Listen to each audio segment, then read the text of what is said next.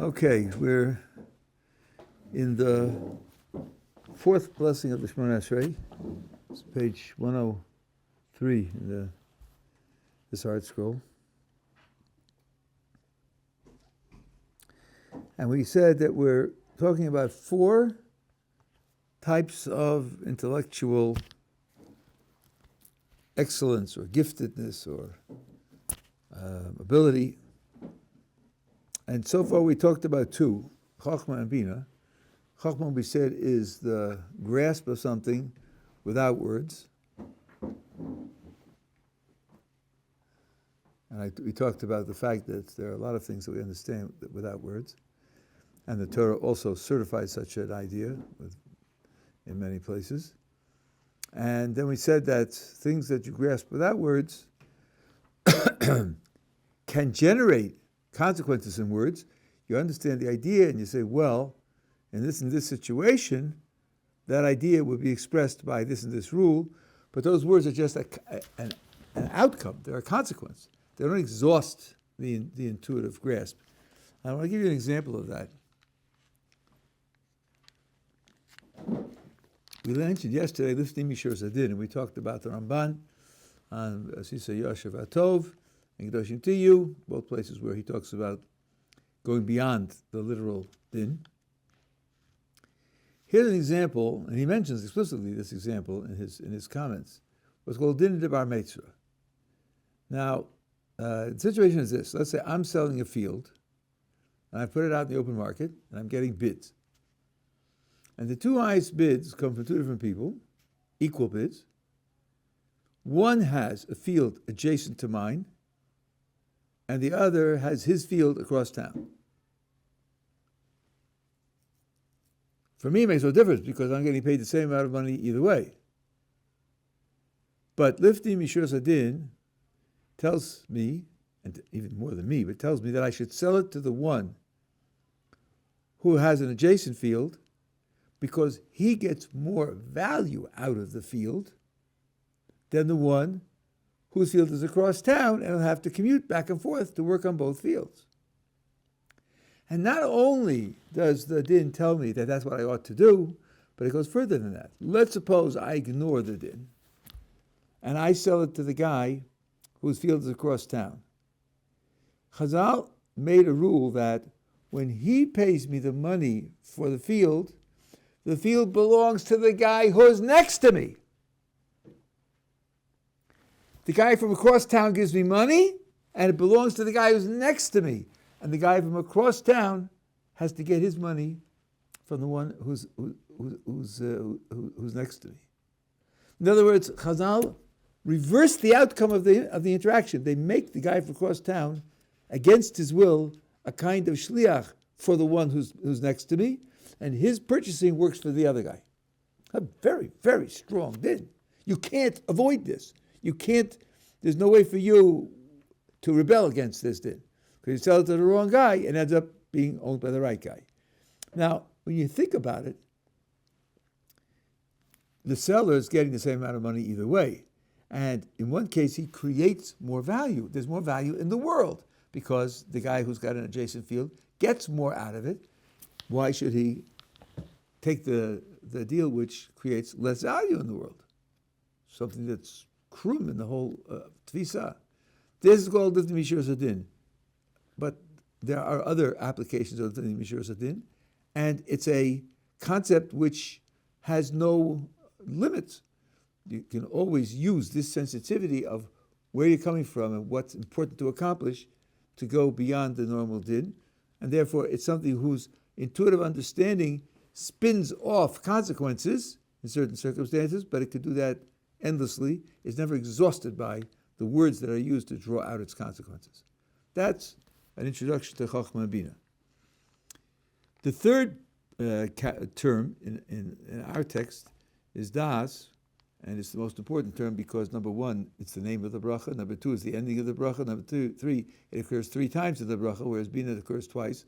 And Chachma doesn't occur at all. So Askel is only once. So Das is a crucial thing here. Now, what is Das? So again, there are various ways to explain these things to different authors, and I'm not doing the whole complete job. I'm giving one particular perspective. Das, according to many, is experiential knowledge. Things that you learn by experiencing them, which couldn't be put into words, and for which you couldn't have intuitive knowledge.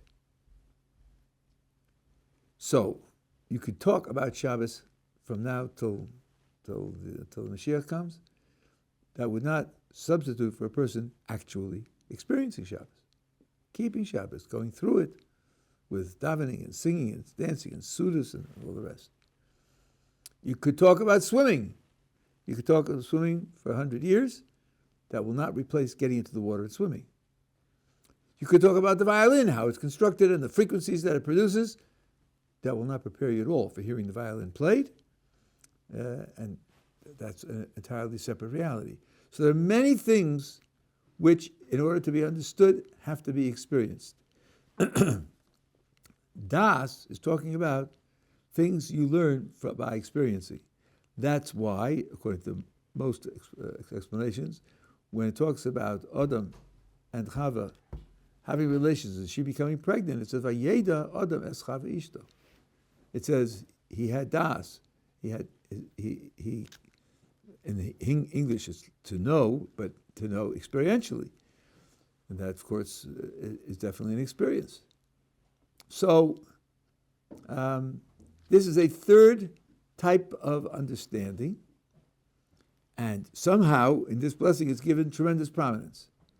Now, I want to make a remark about how they relate, because the way I've said it now, it makes it sound like they're just, it's peanuts, apples, and sand. They're just three things, and it's nice to have all of them. But it isn't true, because they interact in a certain way. We saw how Chachma and Bina interact, and Chachma and Bina together interact with Das in the following way. What you learn from your experiences depends a lot on what abstract knowledge you bring to the experience. So not only does Das supply you with something you otherwise wouldn't have, but in order to get out of the experience what it has to teach you, you have to bring Chachma and Bina to it. And I'll give you two examples. A simple example is you're watching a chess game, but you don't know the rules. So did he make a good move or a bad move? I don't know. Like, he loses a piece. Well, maybe the goal is to lose as many pieces as you can, as quickly as you can. Who knows? I don't know how it works. So you can't judge the strategy. You can't predict who's going to win, even though you're watching all the moves. You see everything that's done, but you don't have the knowledge of how the game is played in order to understand what you see. There is a story, I forget who it's told about, but the Rosh Yeshiva is teaching his students. It's Friday morning, and a woman comes in with a chicken. She wants a psak, whether it's kosher or treif. And he motions to her that she should wait until the shear is over. Okay, so she sits for an hour and a half. It's getting later. It's getting close to the time when the market's going to close, and she's getting nervous and upset. Finally, he calls her over, he takes a look, and he says it's kosher. She says, thank you very much, and she leaves. So the Talmidim, the students, are disturbed by what they saw. Why did he keep her waiting? Obviously, it wasn't a difficult child. He was able to answer it right away. Why did he keep her waiting so long? He said, I'll tell you why. Because even when she came in, I saw what the problem is. And I happen to know that this problem is controversial. Some say it's kosher and some say it's treif. And I happen to know that the ones who say it's treif say that there's an exception if it's going to be very difficult to replace. Then you can be lenient and say that it's kosher. So if I told her when she walked in that it was treif, she could have gone home and she could have gone to the market to get another one or borrowed money and gotten another one, and it would have been a very difficult effort for her. But I waited till 15 minutes before the market closes. Then it's going to be almost impossible. Then even those who say that it's treif say, but in this case you're allowed to be lenient. That's what enables me to be lenient and say that it was kosher. Now, if you don't know those rules, you'd never understand what you saw. You just think, he doesn't care about women, he's not indifferent to their suffering and so on and so on. You draw all sorts of conclusions which have nothing to do with reality because you don't know the laws that are governing the case. Very often, what you learn from experience depends upon what you know prior from Chachma and Bina. could be straight bina, it could be straight information that you've absorbed. This abstract knowledge has a big influence on the outcome of the experience that you have. But the experience adds something which you wouldn't have without it. And that being the case, you have now a third element of understanding. You have Chachma, Bina, and Das. Haskel, based on verses in the Tanakh, means the ability to put your understanding into practically successful action. Not everybody who has understanding can do that. For example, you might be able to interpret people's moods accurately. You might be very sensitive to what they're feeling, but if they need help, you might not have a clue what to do to help them. So the fact that you have the knowledge, understanding, the sensitivity doesn't mean that you have the ability to put it into practical action. My mother-in-law, Allah Shalom, used to say, she had an expression in Yiddish, Klieg, and zerfällt Seichel. Very, very smart, but he hasn't got brains. He can't do anything with being smart. So that's a special ability to organize resources and set out a plan and think of the consequences, both near and far, to have a successful course of action to deal with the situation that you're dealing with. Now, as I told you, some texts have Chochmah, Bina, and Das and leave Haskel out. Our text has the Bina v'Haskel and leaves Chochmah out. I can't explain it. I can't explain why you'd want to leave one out and one's left out at the top and the other's left out at the bottom. If those who are watching the video know sources on this, I would love to have them. And for all texts, the focus is on Das. The focus is on Das. So again, I can't give you like an authoritative answer as to why that is, but I can say a couple of things. First of all, Das is what completes it. Chochmah and Bina contribute to Das. They contribute to what you get from Das. Once you have the Das, which means you've integrated the Chochmah and Bina into your experience and added to your understanding, the experiential level, that makes it into a complete picture. So maybe the emphasis is on Das because it integrates the other two and completes the picture. That means it isn't intrinsically superior to the other two, but you can't have Das without the other two. So it sort of encapsulates the trio in one word. That's one possible way to explain it.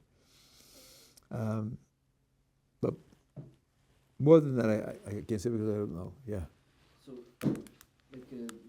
many times in life, let's say there are situations in which actually the person has the tools with which to deal with what's happening to it. And sometimes it's like in retrospective that the person now starts to understand, like to bring the categories from Chochmah and Bina, like after the experience also, right? So many times there's like an extraction of categories that bring Seichel to future.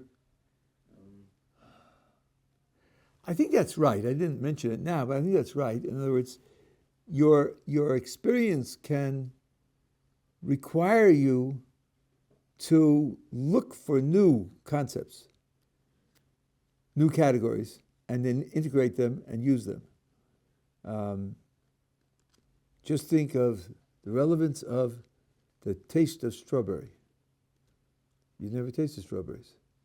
Now you taste the strawberry and you think, wow, I have a dozen recipes for which that would be terrific. That's going to influence the way you make other foods and the other things that you do and what you give as treats to your children and so on and so on. So I think the experience there will cause you to create new categories and you'll use those new categories. I do think it can go both ways. I agree with you. I think that it can go both ways in that respect as well. Good. Okay, next. Now here, return us, our Father, to your Torah. Bring us close, our King, to your service. And return us, another word for return, it's not the same word, in complete tshuva before you. And then the closing is, blessed is Hashem, who wants, likes, wills, appreciates tshuva. So the first thing I get right away is the subject of the bracha is tshuva. Okay, it's tshuva, all right. The closing mentions only tshuva, but before that you have Torah and service of God. So somehow they must be necessary introductions to tshuva. If the focus is tshuva and they come first, so there must be something which I need to have on board in order to get to tshuva. Second small observation, it says that you should return us in tshuva, in complete tshuva before you. Now tshuva, I should say, I don't know how many people know what the word means. Tshuva means return. And return here means from transgression. And that being the case, tshuva is something that we're supposed to do. So asking God to bring me back with tshuva is a little questionable. Am I asking him to do it for me? Then it wouldn't be done. That's not tshuva. I'm not returning if he pushes me back. So one simple explanation is the key word is shlema, complete, perfect. What I'm saying is, of course it's my responsibility to do, but I can't finish it on my own. So yes, I'm responsible to start the process, and I'm asking you to complete the process for me because I can't do it on my own. We have many sources which say that you cannot complete tshuva on your own. So I am accepting responsibility. Now notice that the first two clauses you have our Father, our King. You're probably familiar with that idea. We just went now through the Rosh Hashanah Yom Kippur. We said our Father, our King quite a number of times. But here it is outside that list of 30-odd that come one after another. We said over and over again. It's in this blessing and the next blessing. Our Father, our King appears many times. It's scattered throughout the liturgy, and it's always in that order. Okay, so when we're talking about Rosh Hashanah Yom Kippur, I spoke about that. I'm not going to go through it again. But you have it here as well. Now let's look at the details a little closer. You're asking that our Father should bring us back to his Torah, to your Torah, and the King should bring us to his service. Now the word Torah means teaching. Torah is a teaching. Well, parents teach their children. They teach their children what's important. They teach their children strategies how to live. On occasion, parents give orders to their children, but most of the time, if it's a healthy relationship, they're teaching them things, showing them things, explaining things to them. So when we picture HaKadosh Baruch Hu as our Father, we ask him to bring us back to his teaching, because that's the main relationship between a parent and a child. The King deserves and demands service. And so that's why we talk about our King bringing us back to his service. It's coming back because we're dealing now with a case where we've done a transgression and we're off track. So we're asking Kodesh Baruch Hu to bring us back on track. And we do it in these two guys as a Father and King.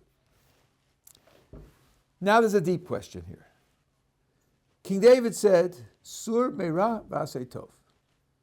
Turn away from evil and do good. Many, especially in the Musa school, many are medayik the order. Turn away from evil first and do good second. Well, at least superficially, that's not the way it looks here. Here it says, bring us back, our Father, to your Torah. Bring us close, our King, to your service. That seems to be do good. We want to be connected to the Torah. We want to be connected to your service. That's all do good. Then it says, bring us back and complete tshuva. Tshuva is how you repair the failures of the past. That's ridding yourself of the evil. So here it sounds like do good comes before ridding yourself of evil. And that's the opposite of what King David said.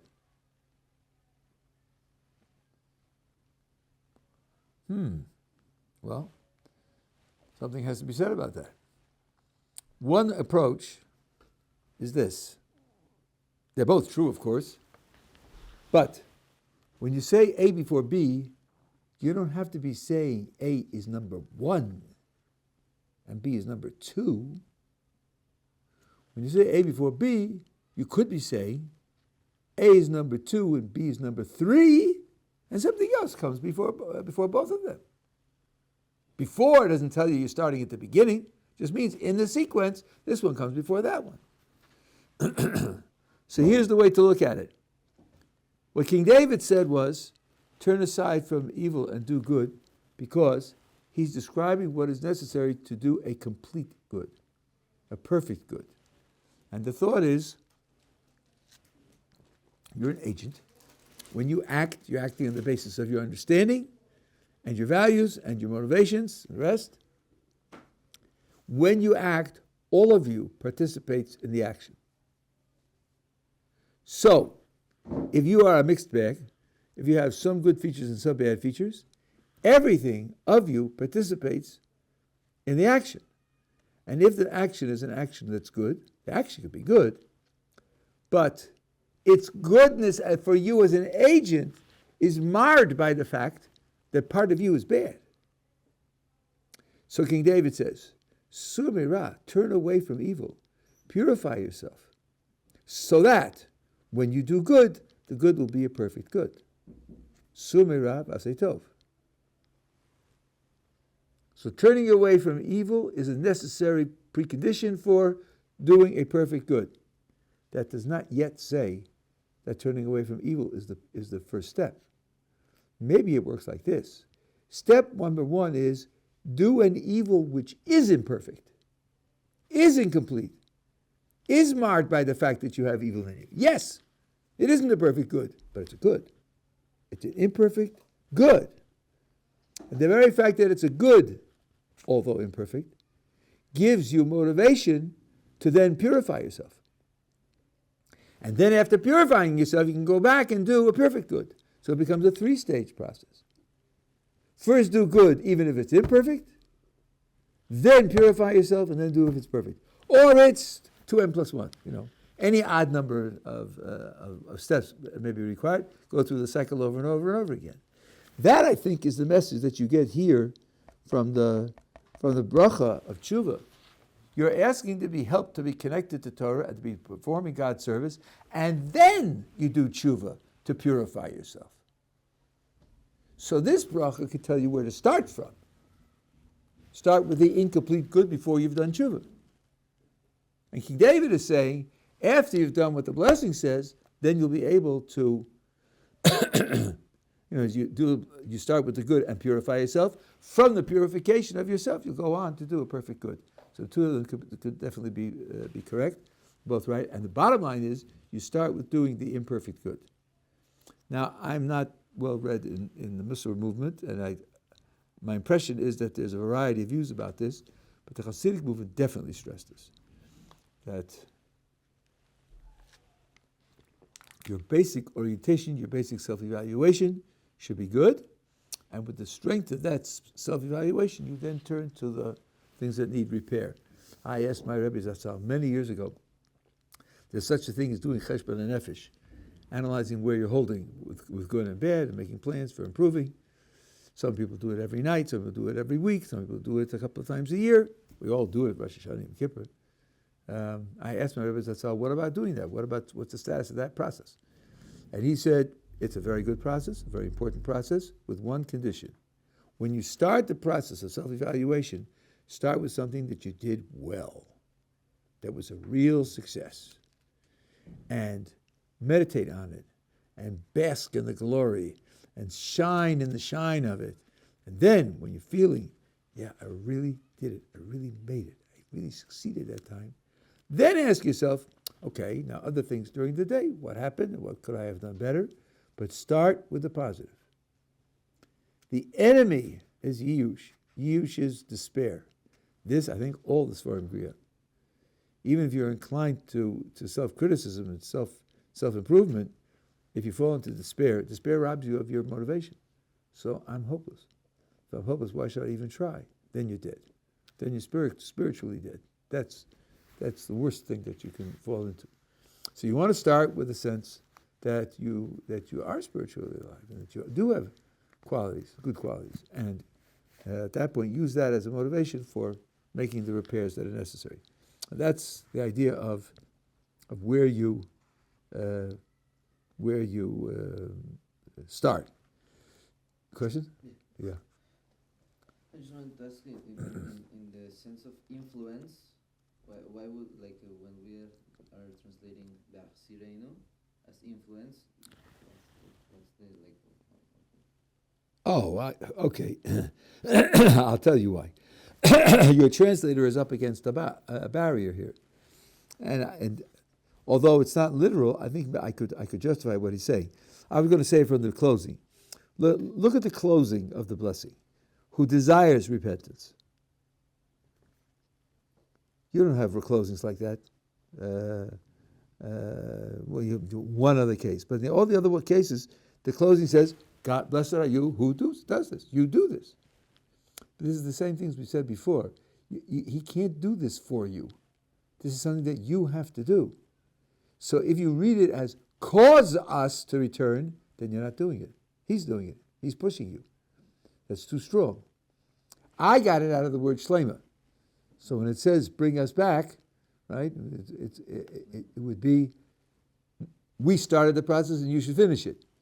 He's not talking about beginning and start and finishing. He's talking about doing it all the way through, but he can't do it all by himself all the way through, in which case I'm not doing it at all. So he writes influence. But you see what's pushing him. What's pushing him is, it's got to be my performance. He can help, but it's got to be my performance. That's what he's doing. Okay, now having acknowledged that HaKadosh Baruch Hu gives us understanding and asked for more understanding, that's where the morale takes it, and asking for help in completing tshuva, we're now in a position to ask for forgiveness for what we've done. These three blessings are all spiritual and they all fit together in a natural progression.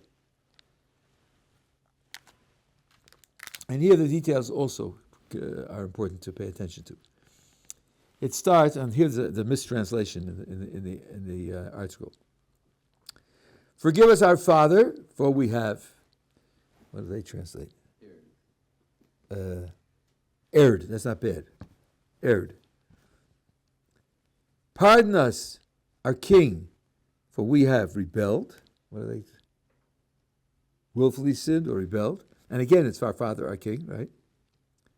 Because you, now in the Hebrew it's pardon, mochel, soleach, which is forgive. And then it ends, blessed are you, Hashem, who graciously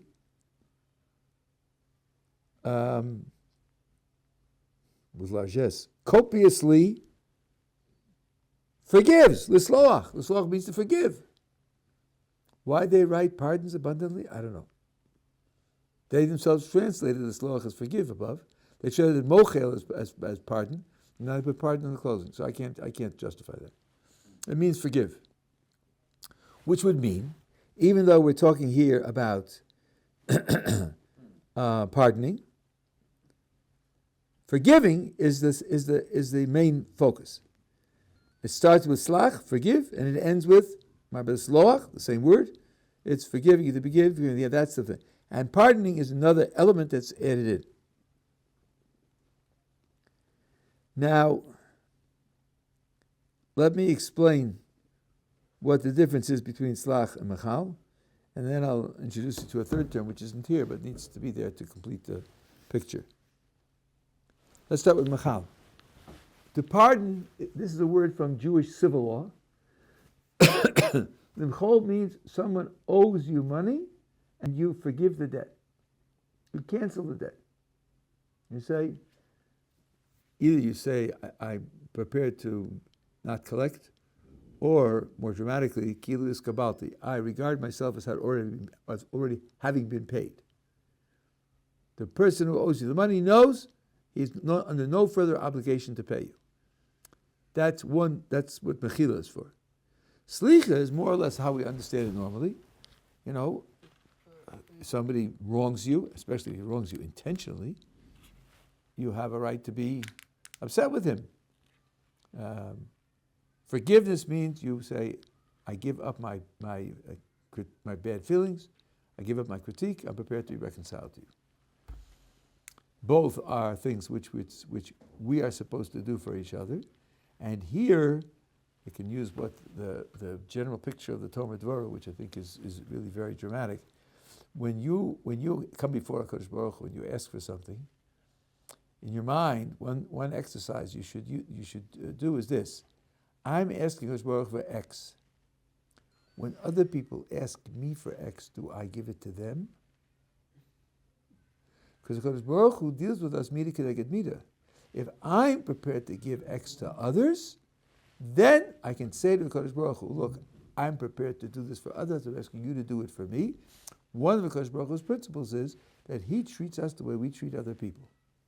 So take your interpersonal situation and flip it up one level. Instead of him to you, it's you to HaKadosh Baruch Hu, and ask what kind of outcome you would like. And then flip it back down and say, well, then that's the outcome I should provide for the other person on the other end. So, I say, HaKadosh Baruch Hu, first of all, forgive me. To forgive me means that I envision, and there are psukim that talk this way, I envision that because of what I've done, HaKadosh Baruch Hu distances himself from me, does not make himself available to me in the same way. The metaphor, the poetry is he's angry at me, and I want to overcome that. So I ask him for forgiveness. Now, in the blessing, there's two different words used for the transgression. The first one, which they translate as erred, is chatanu. Chet in Hebrew is a word with two different possible meanings, a general meaning and a specific meaning. Chet can mean something's gone wrong, covering all possible cases. The letters Ches, Tes, Aleph do describe someone who has shot an arrow and missed the target. So it's just a miss. It's gone wrong. How bad was it? How vicious was it? How much did I know? How much responsibility did I have? Chet covers all the grounds. That's why it's erred. Just something's gone wrong. When you use it as a specific subcategory, it refers to unintentional transgressions. Unintentional where I didn't mean to transgress, but where I should have known better. I had a responsibility to know better. I had the ability to know better, and therefore I'm guilty of negligence. I'm guilty of a lack of care, a lack of seriousness. That's a guilt, but it's not the same as knowing what I'm doing and doing it deliberately. It's much less high standard of guilt. So, then we're pairing, if we take chet as a subcategory, which since I have another subcategory in the next clause, it would be reasonable. When you have the least serious type of crime, you're asking for forgiveness. When you have the more serious type of crime, there you're asking for pardon. Now the verb in Hebrew is pashanu. They translate willfully sinning. So pashanu is willful, but it's more than that. The word for willful sin in Hebrew is avon. Avon means I knew exactly what I was doing, and I chose to do the wrong thing. That does happen. Maybe it doesn't happen to you, but you can read about it in books where it happens to other people. That's much more serious. Pesha is even more serious than that. Pesha usually refers to rebellion. And rebellion means my motivation for doing this is to rebel against the authority that demanded it. Not all deliberate sin is like that. In fact, I would say very rarely is deliberate sin like that. Deliberate sin is where a person says, I know God doesn't want me to eat cheeseburgers. I know that. And I know I shouldn't. I know it's wrong. But McDonald's has a 2-for-1 sale this week. 2-for-1 bacon cheeseburger. I'll keep kosher next week. There, the person's doing it out of desire. He wants it. He wants the cheeseburger. He wants the pleasure of the cheeseburger. And he's not willing to give that up in order to do what's right. He regrets it. He regrets it. He may even wish that he'd be in a position where he wouldn't be tempted in this way.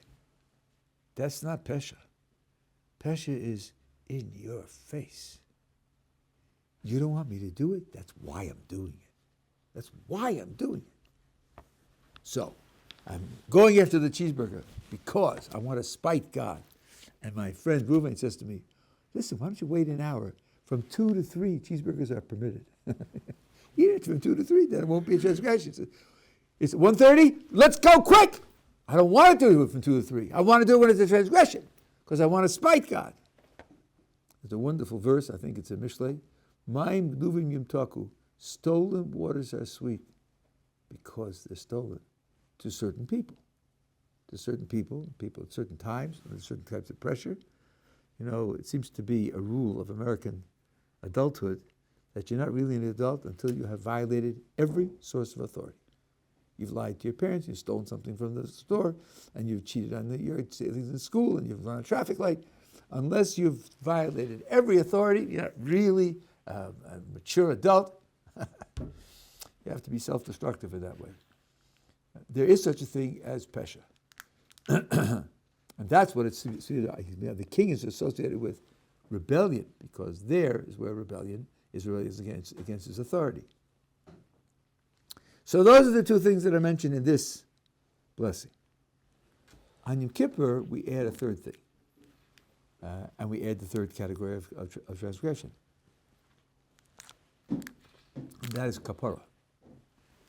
And we add avon there.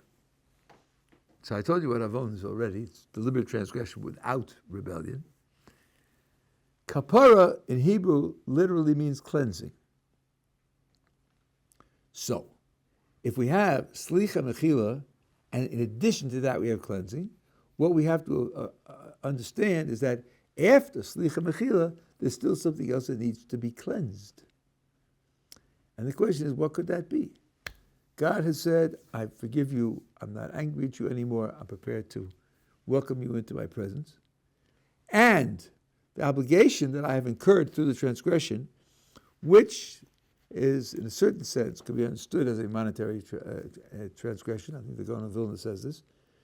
Because when a person performs a transgression, he's using resources that God gave him in a way that the owner, I shouldn't say God gave him, God allows him to use, and the owner set rules for how it should be used, and the transgressor broke those rules. So the owner could say, you used my resources in a way that's against the permission that I gave you. You owe me for the use of those resources. That's one aspect of every transgression. The other aspect is, while you were doing the transgression, you should have been doing something else. There's a sin of commission, a sin of omission. You should have been doing something else, and you didn't do it. And this is what's called, in modern Hebrew, a doch. If you go speeding and they pull you over, you're going to get a doch. Doch is short for din v'cheshbon. Din means judgment, and cheshbon means calculation. And that's how they describe a speeding ticket and other legal liabilities. So I think, as I said, it's the Gaon of Vilna says, din is for what you did. That's the legal infraction.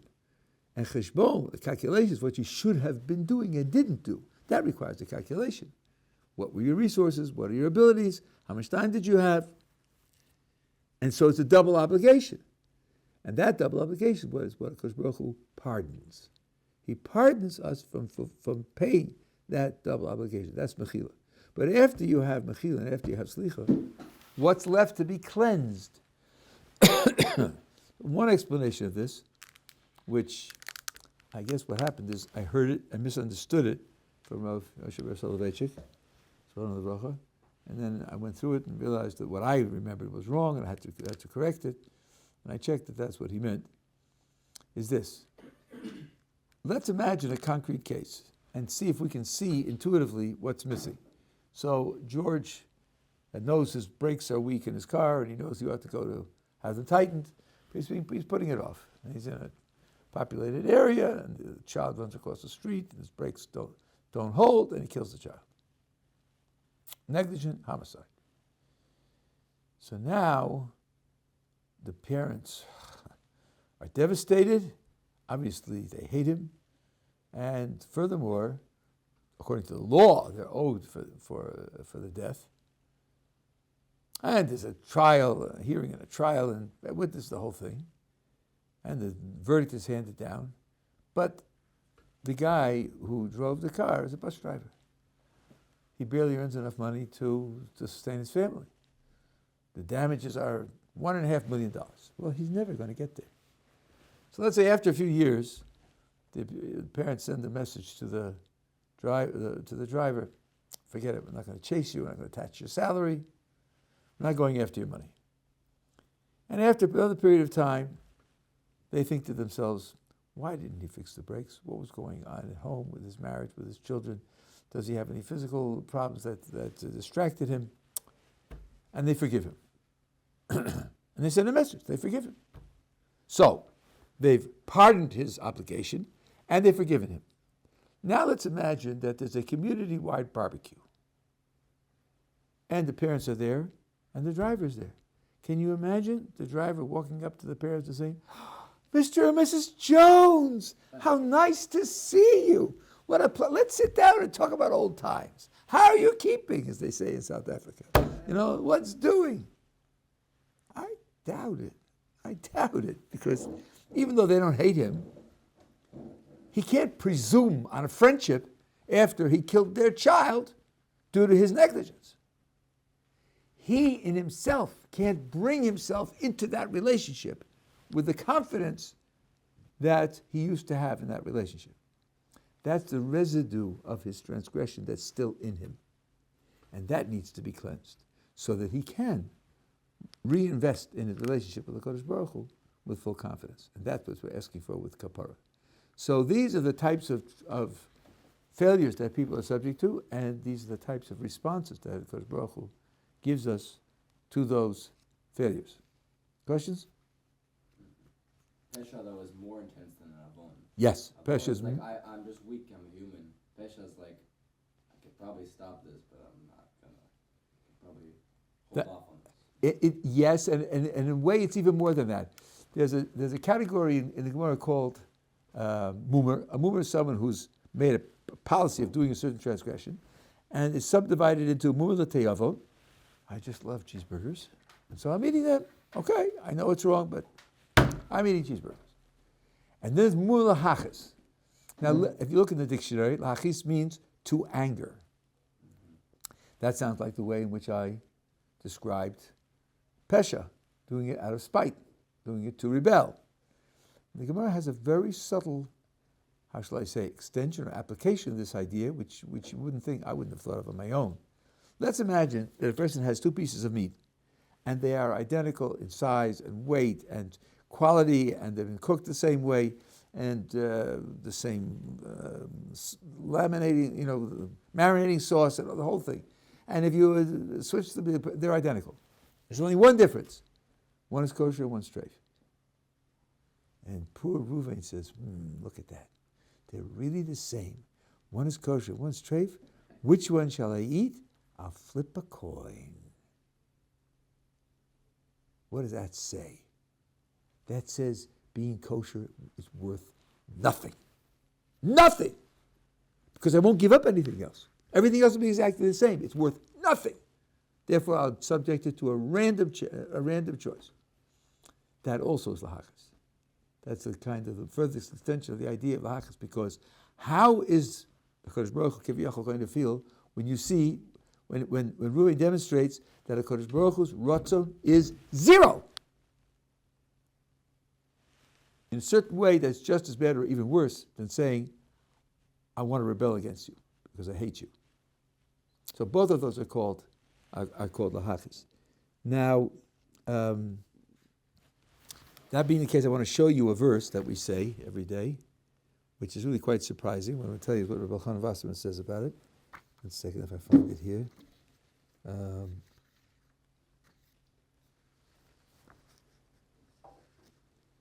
Look on page 154 or 155.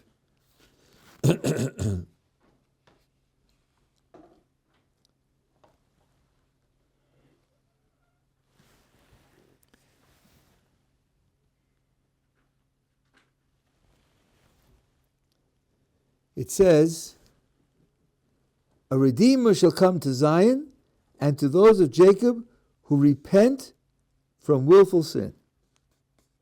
You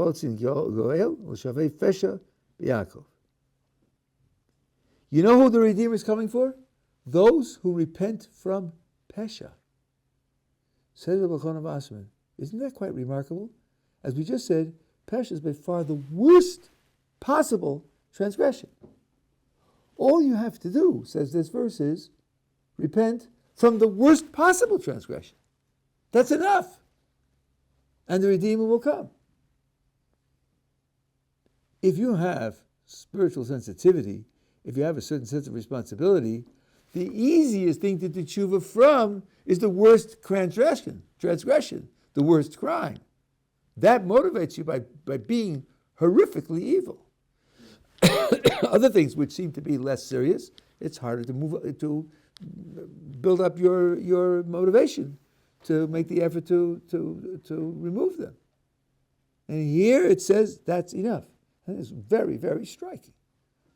So, on the one hand, we have to think of it as the worst. On the other hand, we have to think of it as, the limit that HaKadosh Baruch Hu sets. If you'll do tshuva for that. Now, I guess, maybe, this is the last thing I'll say now. I don't want to give a wrong impression. It isn't as if a transgression is either a chet, or an avon, or a pesha. These are different types of human attitudes and the state of a human mind, and they can be mixed. There can be something which, like a person who says, look, I love cheeseburgers, and I'm not going to stop eating cheeseburgers. I know it's treif, and I regret it. But in addition to regretting it, part of me is a little bit angry that you made it forbidden. Why did you do that? They're so good. Couldn't you have been a little more lenient or sensitive, give me a chance because I love cheeseburgers? That's rebellion. That's already rebellion. So the same action can be both avon and pesha. A person can have also where he's partially ignorant about the action. Maybe he doesn't know how serious the action is. I know it's wrong to steal. I know it's wrong to slander people. I know it's wrong to do things that are unjust. But Sabbath, that's a celebration of creation. Okay, maybe yes, maybe no. That's not so important, People start off with this idea that interpersonal morality is really serious, and other things in religion aren't. That's a dreadful philosophical mistake, but that's where they start from. If this person realized that you have a moral relationship with the Creator, you have moral obligations to the Creator, and you're violating them by violating Shabbos, he might have felt very differently about Shabbos, and he might not have transgressed. So part of it is shogeg, and part of it is mazid. These categories overlap in a particular human action. Human actions are much richer than just those categories. But so I should know that maybe the way it should be put is these three categories are dimensions of transgression, not names of transgressions which are wholly described by one or the other. Okay. Yeah. Just about kapara, the idea would be that it removes the weight from the individual that allows him to re-enable the relationship, That's right. We spoke about this Rosh Hashanah, Yom Kippur, and Sukkot. We spoke about the fact that that's what Rosh Hashanah, Yom Kippur do. Okay, but like Rav Desta says over and over again, it's one thing to know the correct answer on the philosophy exam. It's another thing to internalize it and experience it. So, a person, if he says, I know that God forgives on Yom Kippur, I was taught that, and that's the right answer, but at the end of Yom Kippur feels just as guilty, and he can't bring himself to have joy in God's presence, he's got a problem. And that psychological transition is something that he should ask for. Okay. One question.